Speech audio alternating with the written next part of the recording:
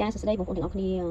យប់នេះគឺខ្ញុំលាយមកលាយឲ្យប្តីខ្ញុំម្ដងចានិយាយទៅខ្លួនឯងលាយហើយទៅមកឥឡូវគឺលាយឲ្យប្តីម្ដង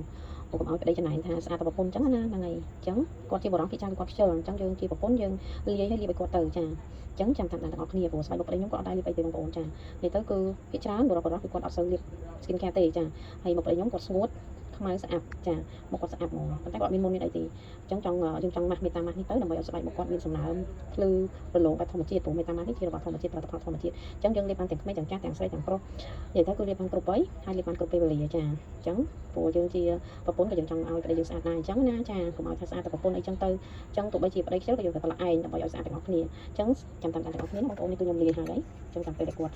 លាងមុខស្អាតហើយគឺខ្ញុំយកទៅម៉ាស់គាត់តែម្ដងស្បែកមុខអត់ទាន់ប្រើម៉ាស់មេតាម៉ាស់នេះហើយចាប់ផ្ដើមប្រើថ្ងៃទី1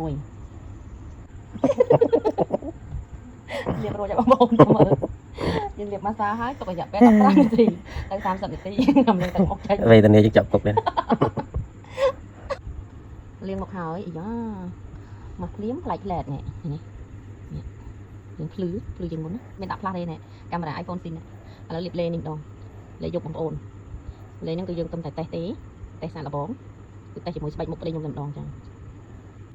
មកហើយលាបលេគឺយើងមានពេលថ្ងៃពេលយប់ខាងណាទៅមកថ្ងៃយើងតែមកទឹកនឹងផ្លែកលឿនមកតែប្រើអីសោះហ្មងកំពូលខ្ជិលលើលោកមើលមុខនេះលេលាបចូលអស់ហ្មងវាមានជាតិម្សៅទេលេសុទ្ធលេធម្មជាតិសុទ្ធហ្មងស្អាតអូខេមានសំណើមចាំអត់មកទឹកក្រោយទៀតដឹងលទ្ធផល